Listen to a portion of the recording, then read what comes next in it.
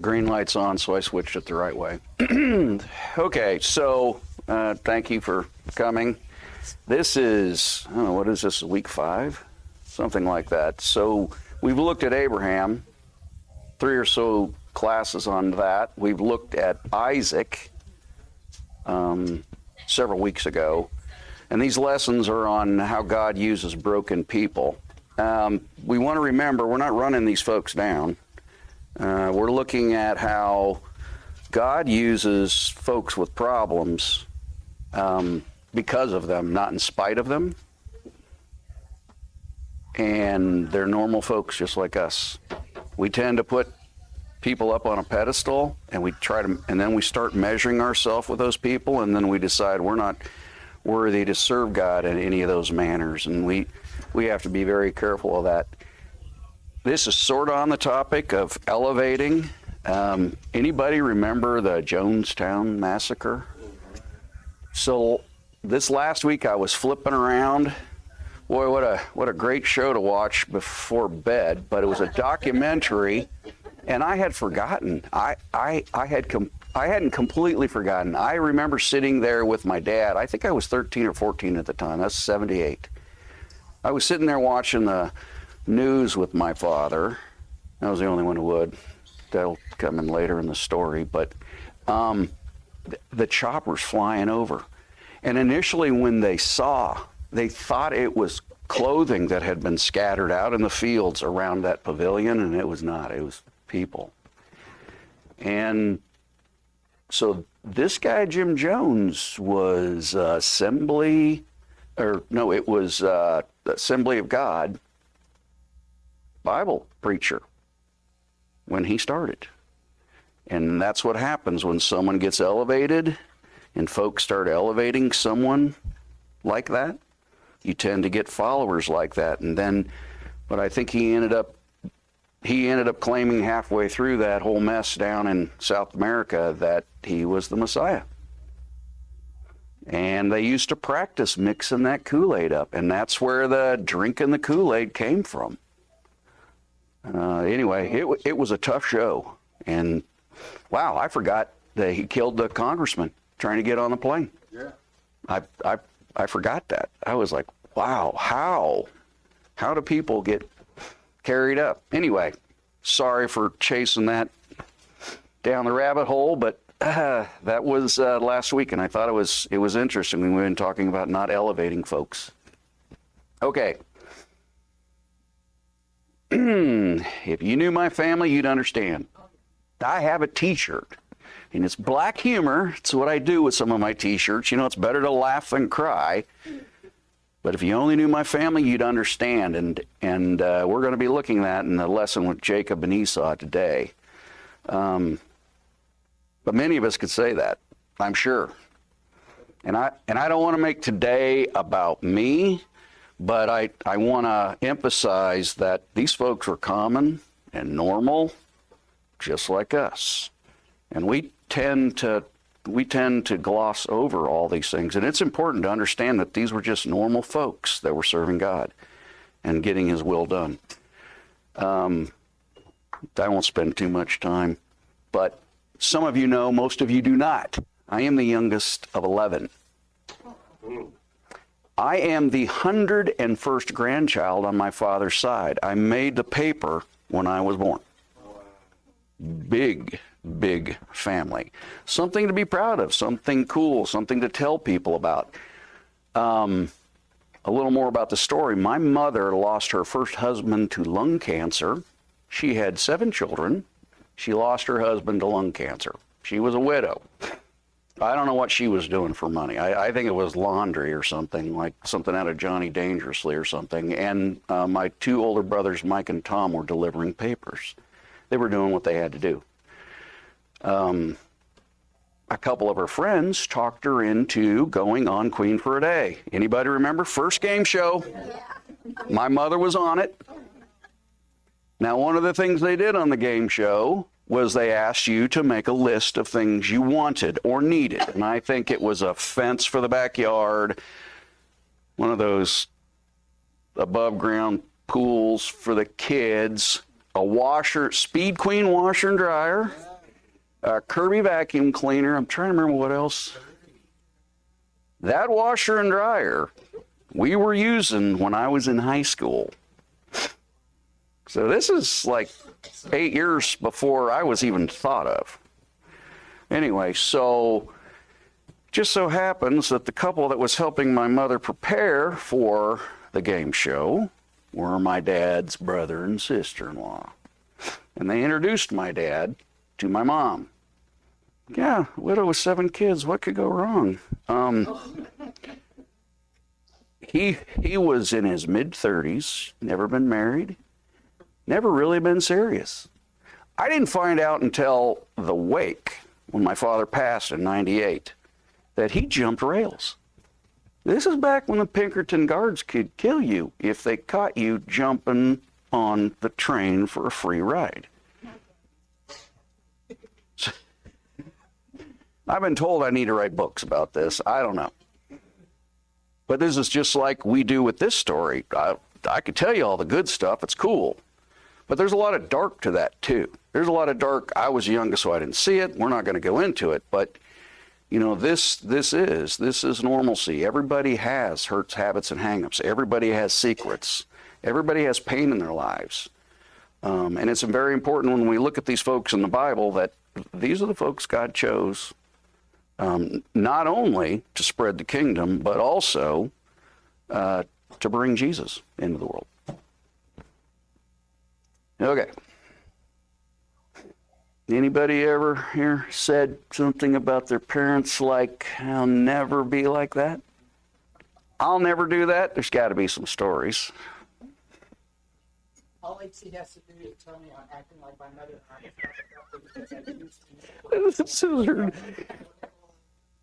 Probably not words I would utter to you, but come on, somebody else has to have a good story. I mean, I got 10 of them on this one. So, my dad was raised during the Depression. He was born in 1920. And he was pretty old when I came along. And I used to get sermons on 1/4-inch toothpaste, 3 fingers of water in the bathtub, 2 fingers of orange juice. We got shots of orange juice. We were not allowed to drink milk. It was a no-no. I mean, I can't imagine bread, milk, cereal. I didn't know that there wasn't anybody but my family who went to the big box store and bought boxes of cereal. I mean, like 20 boxes of Wheaties at a time. So Dad at one point bought, Council Bluffs was tearing down their old courthouse with the squirrel cage jail in it. Really cool. They saved the squirrel cage, but everything else they tore down. And he went in and, like me, because of the auction thing I love to do, he bought a couple of rooms. And we cut all these 2x4s out of these rooms. Dad had me pulling these nails. I don't know what I was, 10, 12. I was trying to explain to my father that when you hit a nail and bent it and straightened it back up, you go to hit that nail again, you know where it's going to bend? Right there. It's a metallurgical thing, but he didn't believe me. It was shortly after that we threw that can of nails away, and he figured it out, but there was behavior, some behavior I could see in my parents that I was like, no, I will never be that when I'm a parent. I will never do that when I'm a parent. You know, I will never punish everyone. I will figure out who it was and they will get punishment, not the whole lot of you. I know Jessica can't say anything because I'm sitting right here. No. I claim innocence on everything. But I guarantee there are things that I did as a parent that she would not do today. She parents much differently than I did. And I'm very proud of it. Differently isn't necessarily better. And that's interesting in all this. So the people I work with, of course, I'm talking to them about this class during the week and asking folks about this. And it's interesting how some's reaction is different doesn't mean better. The same doesn't mean better either. I mean, it might be, bad.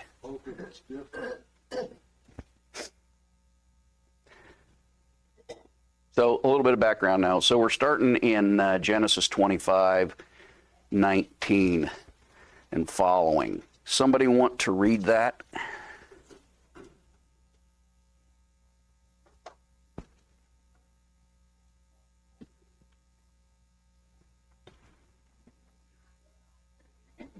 Actually, you only have to read through,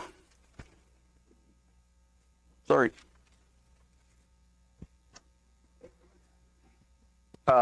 19 through 26, sorry. 25:19 through 26. This is the account of Abraham's son, Isaac. Abraham became the father of Isaac, and Isaac was 40 years old when he married Rebekah, daughter of Bethuel, the Aramean from Padan Aram, and the sister of Laban, the Aramean. Isaac prayed to the Lord on behalf of his wife because she was barren. The Lord answered his prayer, and his wife Rebekah began praying. The baby chuckled in her, and she said, "Why is this happening to me?" So she went to inquire of the Lord. The Lord said to her, "Two nations are in your womb, and two peoples from within you will be separated. One people will be stronger than the other, and the older will serve the younger." When the time came for her to give birth, there were twin boys in her womb. The first to come out was red, and his whole body was like a hairy garment. So they named him Esau. After this, his brother came out with his hand grasping Esau's heel. So he was named Jacob. Isaac was 60 years old when Rebekah gave birth to them. Okay, so Rebekah's barren. It's a familiar story with this group of folks. There's prayers made. Isaac prays to God, and Rebekah conceives. I thought it was interesting there. And behold, there were twins. She had to know. Maybe she didn't. So the babies are jostling within her. And this is worrisome for her. And what did she do? She inquired to the Lord. So God wasn't just talking to a couple of patriarchs. He was talking to a lot of people at that time. There were a lot of people that God was in communication with. And I thought that was interesting. You know, once again, that's all about that elevation. There were only certain people. No, there were a lot of people that God was communicating with at the time. And there's other scriptures that bear that out. So sorry, lost my place there. We just read that. She bears two children. The first to come out was red. His whole body was like a hairy garment. So they named him Esau. So they're pretty sure, when they say so they named him Esau, that Esau means hairy. Ironically enough, in the Middle Ages, that's what they thought was a sign of werewolf, was that the baby was born with hair all over it. There you go. And the other, after his brother came out with his hand grasping Esau's heel, so he was named Jacob. So Jacob means literally to grasp the heel, but it's also a Hebrew idiom. Like we say, it's raining like cats and dogs. Somebody 200 years from now reads that, it's like, were they crazy? It did not rain cats and dogs. It's an idiom. And when I looked up the little side note, it said deceiver all the time. So the idiom, the Hebrew idiom for Jacob is he deceives or takes advantage of. And we know the idiom was around at that point because in Genesis 27:36, his brother says of him, "Isn't he rightly named Jacob?" Isn't it ironic? It took 3 generations until somebody finally pointed out there might be a little deception in the DNA being passed down. I wonder if he was teased about the name.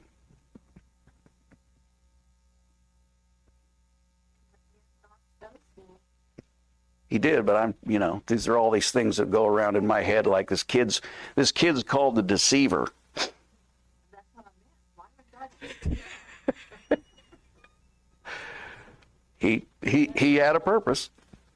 Why did he choose that? I think it's, well, like I said, I thought it was ironic that the things unfolded so they actually named him the Deceiver. Boy, what a great name for a kid. You call him the Deceiver. I don't think that would have been on my list. And the same thing with Esau. Was he teased because he was hairy? Somehow I'm guessing Esau was a big dude. I just pretty sure.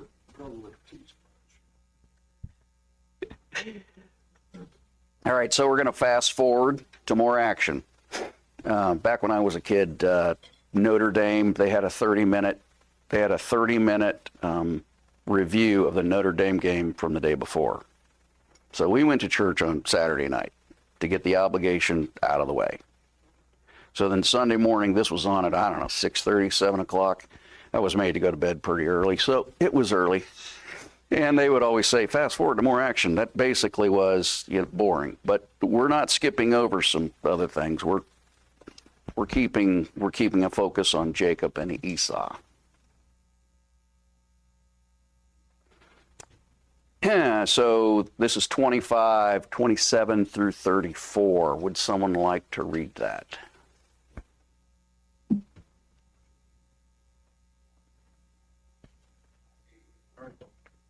As the boys grew up, Esau became a skillful hunter. He was an outdoorsman, but Jacob had a quiet temperament, preferring to stay home. Isaac loved Esau because he enjoyed eating the wild game Esau brought home, but Rebekah loved Jacob. One day when Jacob was cooking some stew, Esau arrived home hungry from the wilderness, exhausted and hungry. Esau said to Jacob, I'm starved. Give me some of that red stew. This is how Esau got his other name, Edom, which means red. All right, Jacob replied, but trade me your rights as the firstborn son. Look, I'm dying of starvation, said Esau. What good is my birthright to me now? But Jacob said, first you must swear that your birthright is mine. So Esau swore an oath, thereby selling all his rights as the firstborn to his brother Jacob. Then Jacob gave Esau some bread and lentil stew. Esau ate the meal, then got up and left. He showed contempt for his rights as the firstborn. All right. The plot thickens. Esau becomes a skilled hunter. This is what we'd call the manly man. All right, the guy who's out there and making it happen. Jacob was content to stay home among the tents. I don't know. I looked at several commentaries, and they're all, well, maybe he was an introvert. Well, I hunt, and if you're an introvert, that's where you'd be. You'd be out in the countryside by yourself, away from everybody, doing whatever you wanted. I thought that was interesting. I'm not sure where they got all this from, and this is just my opinion. There's no other than how I read this, but staying home around the tents with other people is not what an introvert would do. Unless he was hiding somewhere. I'd be gathering berries or something. I wouldn't be among the tents. So I've always looked at this a different way. And this is what, when we were kids and a guy hung close to mom, we called him a mama's boy. And I'm kind of sure that the story kind of bears this out, that Esau was the stud out there killing and doing. Maybe his dad was living vicariously through him, and Jacob was hanging close to mom. So, the parents. Isaac had a taste for wild game. He liked what his son was doing. I'd imagine after 40 years of eating sheep and goats, you'd probably get tired of it. Maybe that's what it was all about, and maybe I'm reading too much into it, but Esau was Isaac's favorite. Rebekah loved Jacob. okay, this is where, we'll start telling some more stories, but this is what you call a dysfunctional family. And it becomes obvious shortly that the children knew whose favorite they were, which is not a good thing. So my first story, my two children, one of them was convinced that the other one was my favorite. And it might have been because of some nosy nieces who could only see half the story and would tell it to that child. And anyway, and how ironic, it was the exact opposite. And I don't mean she was my favorite. I mean, I did so much more for her, she did not see or understand. But I can honestly say I didn't have a favorite. But with my parents, it was different. And it was funny, when I was younger, I was kind of proud of it. You can guess who their favorite was for a while, the baby. Now, was it because I was codependent, an enabler, easily manipulated? I don't know. Maybe I was the peacemaker. But in situations like this, I don't know how it feels to be the one who finds out you're not mom's favorite. I don't know what that feels like, but I could see the consequences. It became kind of Martin gets to stay at mom and dad's house again with his kids, and we all have to go somewhere else, and blah, blah, blah, blah, blah, blah, blah. And it got so bad, and, I'm not beating my family up, but it got so bad, I started staying at a hotel. And the excuse was there's a pool there and the kids want to swim, just to deal with the whole thing. There was quite an uproar when my parents asked me to be the executor of the estate. I do believe there was a flat-out rebellion on that one. But this sort of thing, it's not good. All right, wrong button.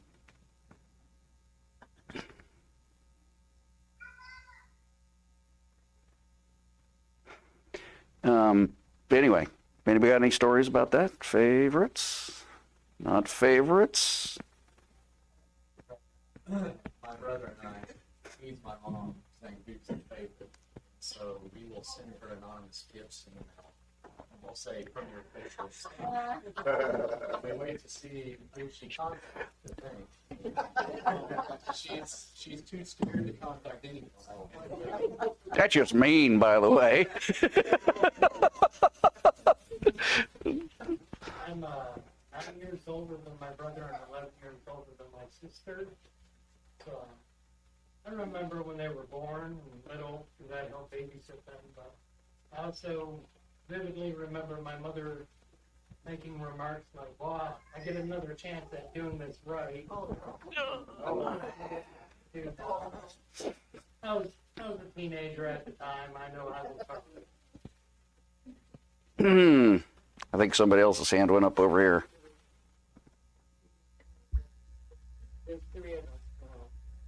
And we have whoever calls the father the first on his birthday is to be the favorite for the year. Calling him at 12:01 in the morning. Not a favorite. Call me at 12:01.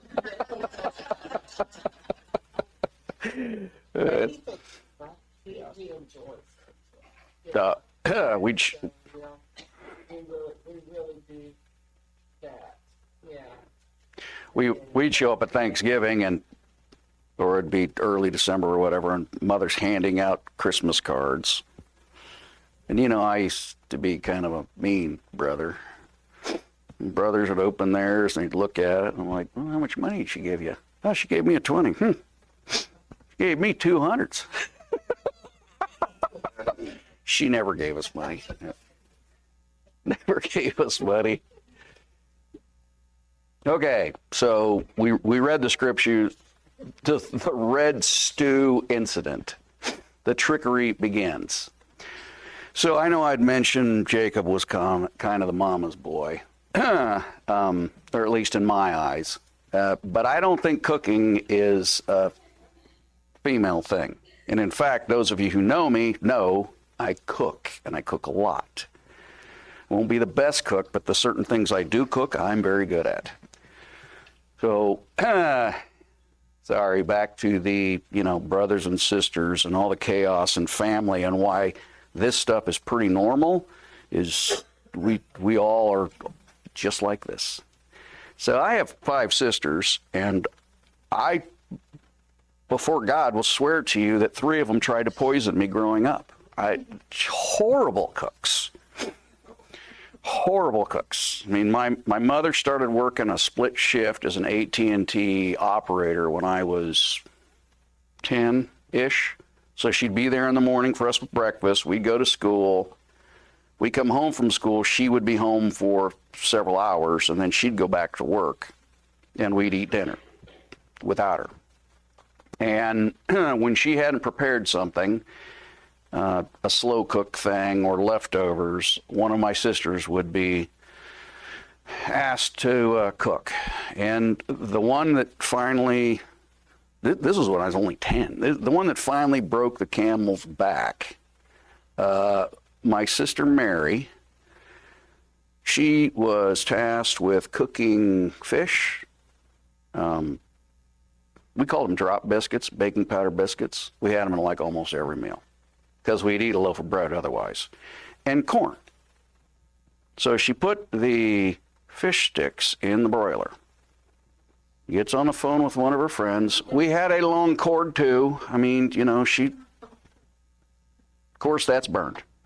The baking powder biscuits, burned. The corn, she scorched. I don't know if you've ever had to eat scorched corn before. And I'm kind of slow on the uptake at this point. I'm starving. So I get to the table, sitting right next to Dad, fish sticks. I'm like, whew, okay, whatever. Put a little tartar sauce on them, fine. Bacon powder biscuits. I'm like, wow. And I'm like, oh, the corn's got to be good. Big old heap. You put it on your plate, you had to eat it. I took a bite of the corn. Oh.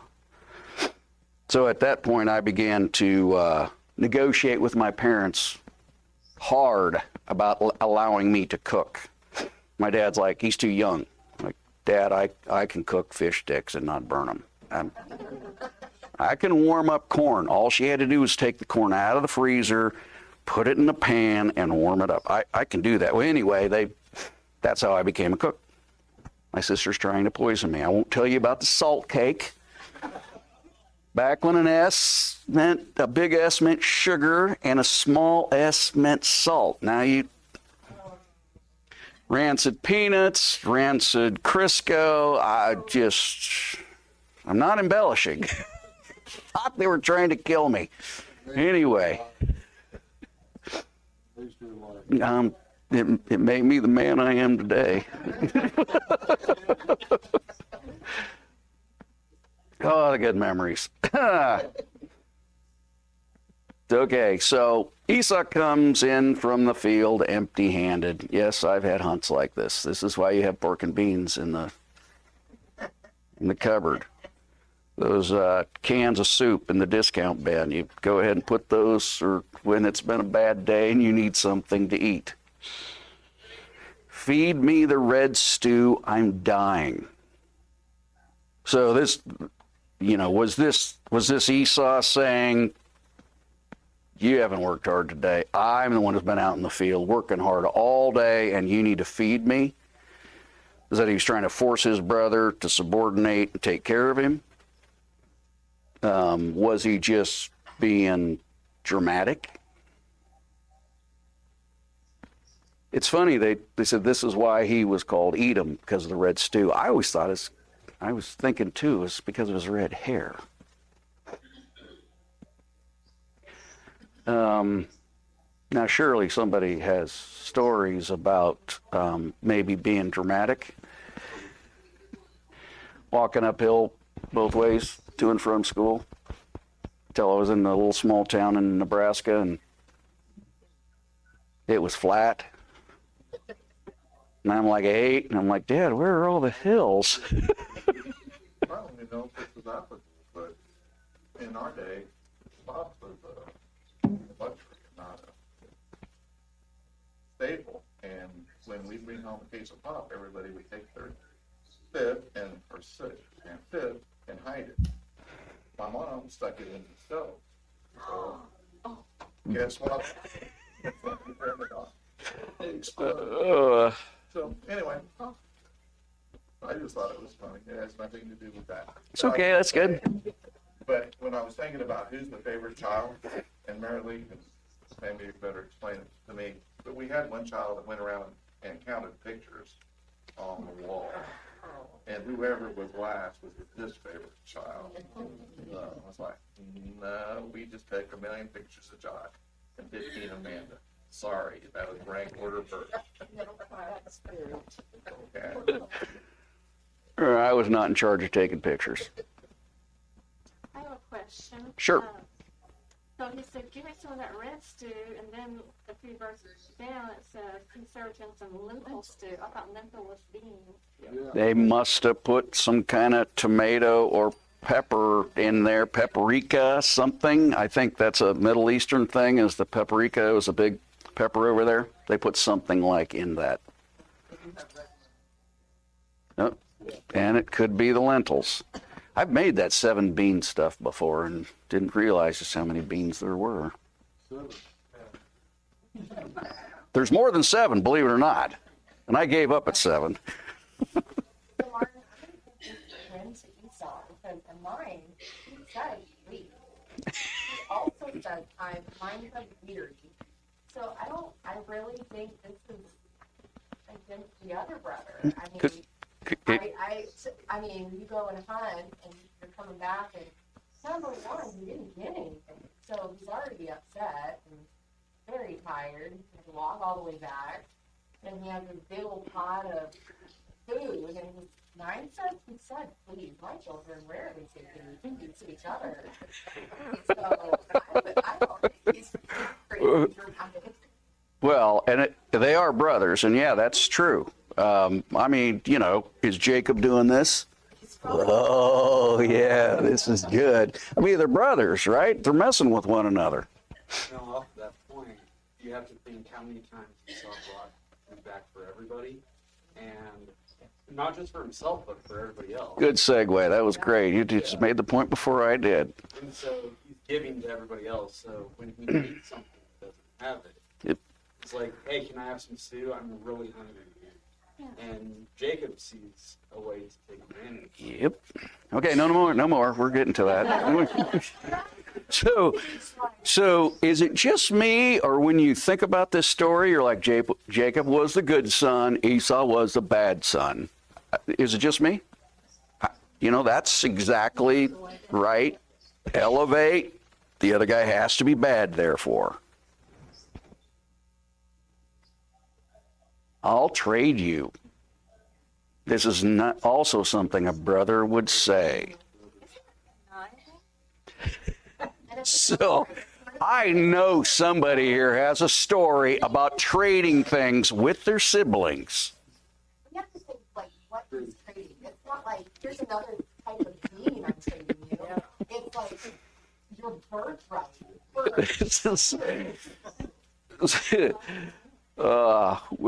My dad used to make us shine shoes. And from time to time, my brothers hadn't gotten a strong enough backhand from my mother that they would make me, when I was very young, shine their shoes for them in the morning. And one morning, I was late for breakfast. You were never late for breakfast. This was also another rule. We ate breakfast together as a family. And I come walking in. I couldn't have been 8. And I knew I was going to get in trouble. I was hustling. I get down there, and Dad's like, where were you? Shining shoes. Shining shoes? Yeah, I was shining Mark's shoes. Mark's sitting at the end of the table. I hid behind my mother, not my father. I think there were words after that, and I think I got a quarter out of it.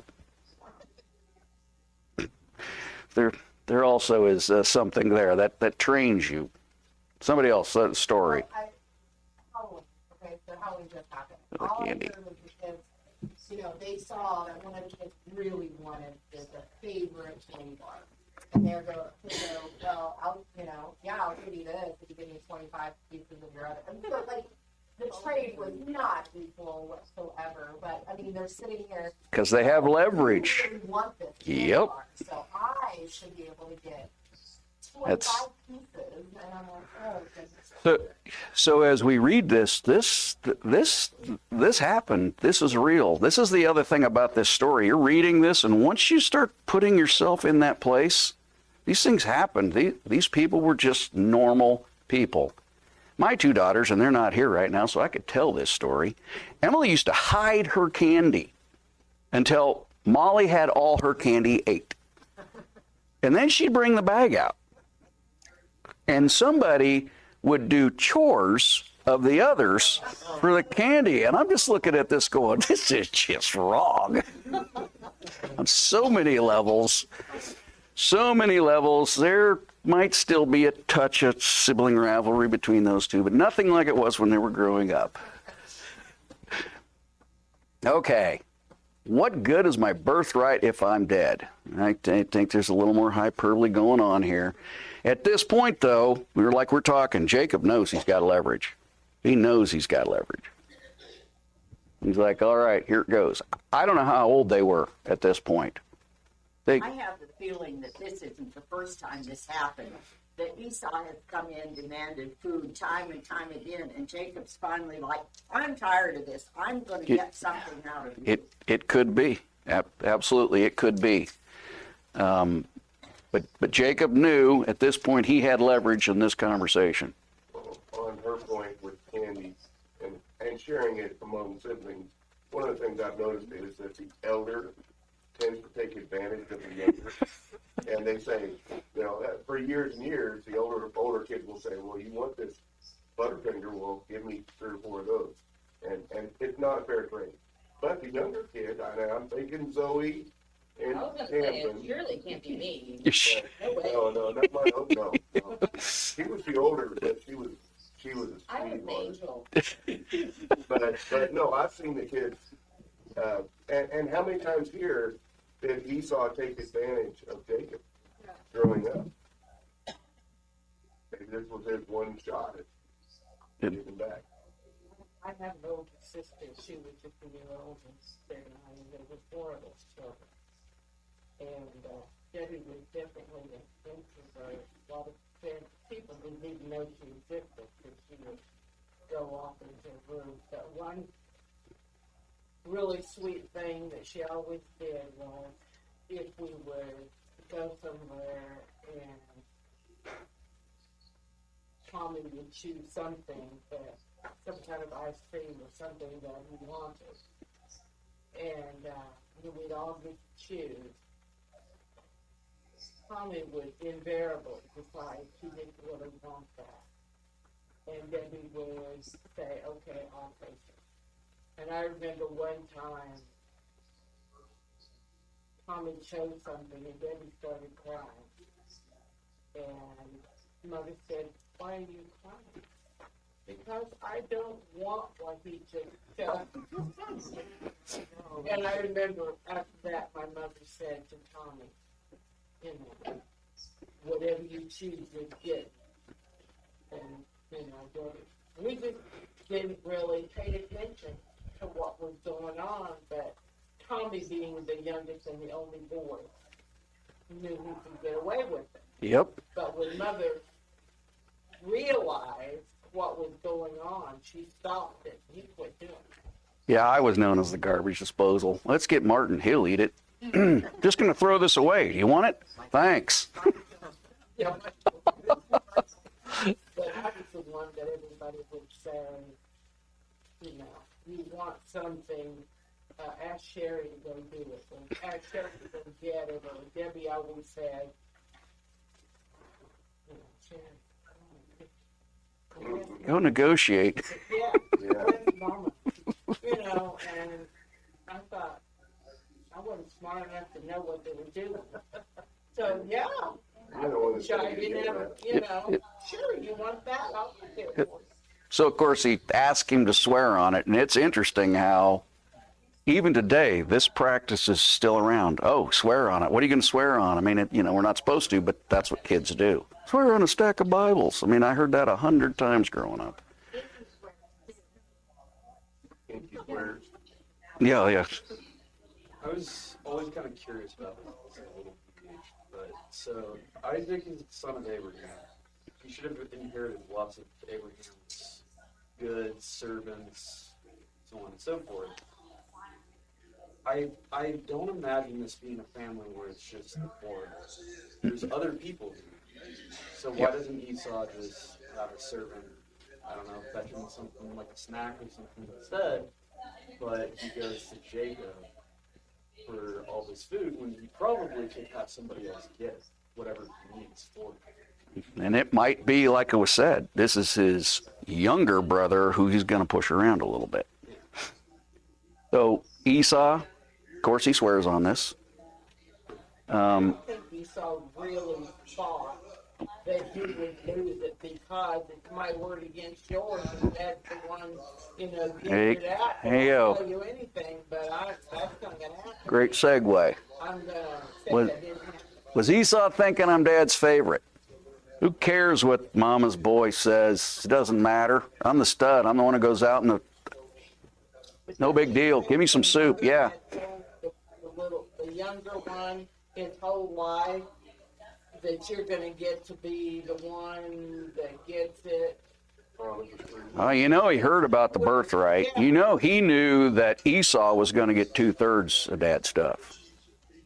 Yeah, but she told him Yeah, that she God likes, had she likes the said, drama. But see how normal the family stands now? They're us. And it's, I guess I never looked at this. that word thing, you're gonna get it in the end. The question I've always had, why didn't Esau just beat the stuffing out of him and take the soup? Well, I have an answer for you. And I think I told you I hid behind my mother before. My mother was a big woman, and you did not realize as a 16-year-old just how hard that slap hit.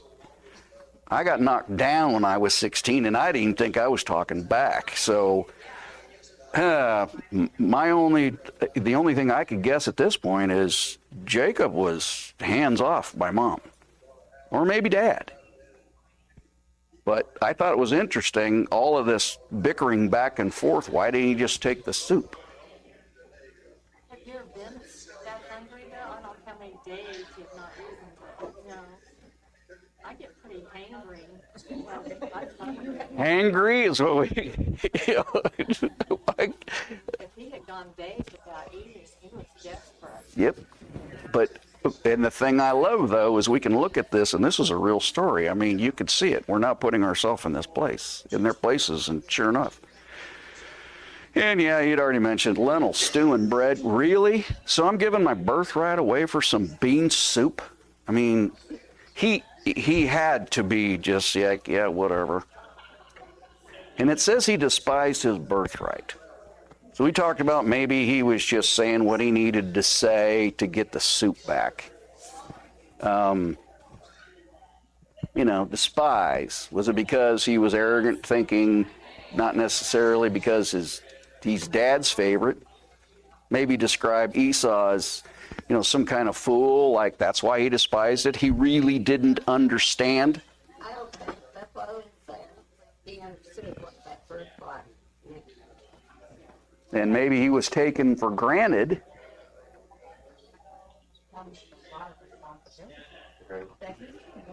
Hey, he didn't want. And yep.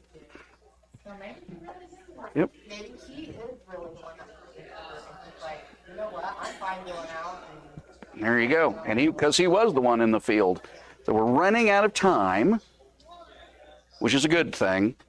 And we'll finish with this because it's a quarter tell. Do we sometimes look at God's blessings like this? Do we sometimes focus, I know I do sometimes focus on 2 or 3 little things that are wrong, and woe is me, and I've got a horrible life, instead of looking at all the good things? Was he being just flippant about this whole thing? And I think he was, whether it's responsibility or whether it was, I'm going to get it one way or the other. He was being flippant about this. And this was a big thing back then. This was a very big thing. Anyway, with that, part 2 next week. and pick up right there.